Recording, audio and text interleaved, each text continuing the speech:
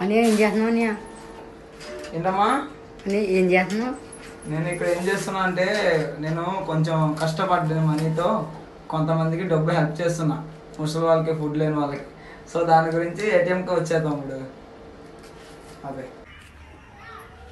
మొన్న 4 రోజులు వర్క్ వెళ్ళాను కదా, అవి నీకు సరేనా?